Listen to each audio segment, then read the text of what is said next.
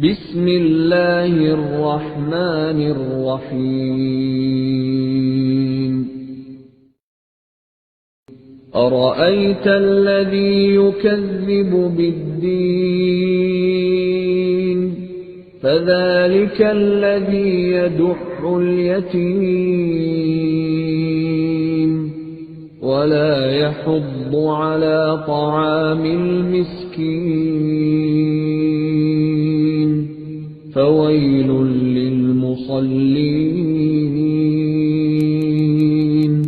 الذين هم عن صلاتهم ساهون الذين هم يراءون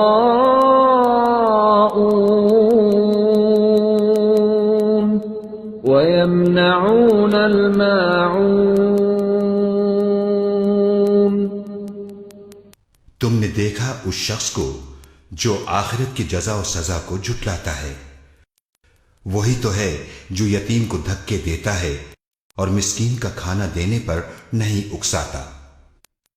پھر تباہی ہے ان نماز پڑھنے والوں کے لیے جو اپنی نماز سے غفلت برتتے ہیں، جو ریاکاری کرتے ہیں اور معمولی ضرورت کی چیزیں لوگوں کو دینے سے گریز کرتے ہیں۔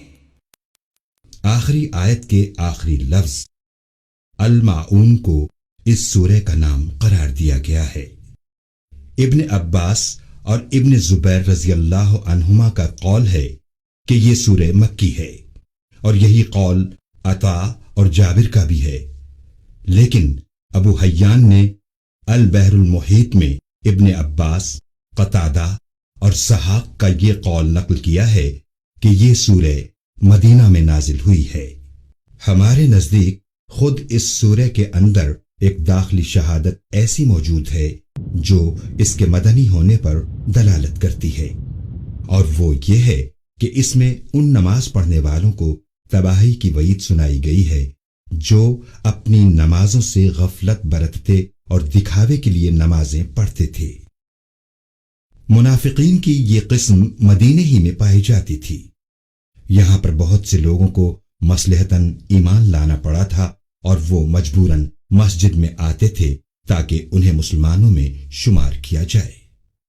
ارأیتا یعنی تم نے دیکھا، دیکھنے کا مطلب آنکھوں سے دیکھنا بھی ہے اور جاننا، سمجھنا اور غور کرنا بھی ہے۔ اس لفظ کا مطلب یہ ہوگا کہ جانتے ہو وہ کیسا شخص ہے جو جزا و سزا کو جھٹلاتا ہے، یا تم نے غور کیا اس شخص کے حال پر جو جزائے اعمال کی تکذیب کرتا ہے۔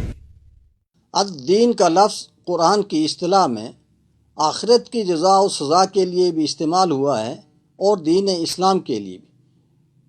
پہلے معنوں میں اس صورت کا مطلب یہ ہوگا کہ انکار آخرت سے ایسا کردار پیدا ہوتا ہے، اور دوسری صورت میں اسلام کی اخلاقی اہمیت کو واضح کرنا مقصود ہوگا۔ ید الیتیم کے کئی معنی ہیں۔ ایک یہ کہ وہ یتیم کا حق مارتا ہے اور اس کے باپ کی چھوڑی ہوئی میراث سے بے دخل کر کے اسے دھکے مار کر نکال دیتا ہے۔ دوسرے یہ کہ یتیم اگر اس سے مدد مانگنے آتا ہے تو رحم کھانے کے بجائے اسے دھتکار دیتا ہے۔ تیسرا یہ کہ وہ یتیم پر ظلم ڈھاتا ہے، مثلاً اس کے گھر میں اگر اس کا اپنا ہی کوئی رشتہ دار یتیم ہو تو اس کے نصیب میں سارے گھر کی خدمت گاری کرنے اور بات بات پر جھڑکیاں اور ٹھوکریں کھانے کے سوا کچھ نہیں ہوتا۔ علاوہ بری اس فقرے میں یہ معنی بھی پوشیدہ ہے کہ اس شخص سے کبھی کبھار یہ ظالمانہ حرکت سرزد نہیں ہو جاتی، بلکہ اس کی عادت اور اس کا مستقل رویہ یہی ہو جاتا ہے۔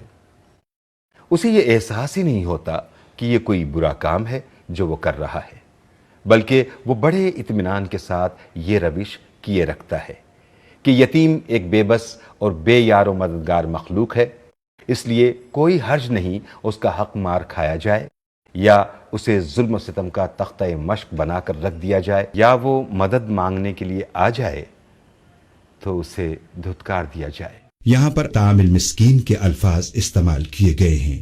طعام المسکین کے معنی یہ ہیں کہ وہ مسکین کا کھانا دینے پر نہیں اکساتا۔ جو کھانا مسکین کو دیا جاتا ہے وہ دینے والے کا کھانا نہیں بلکہ اسی مسکین کا کھانا ہے، وہ اس کا حق ہے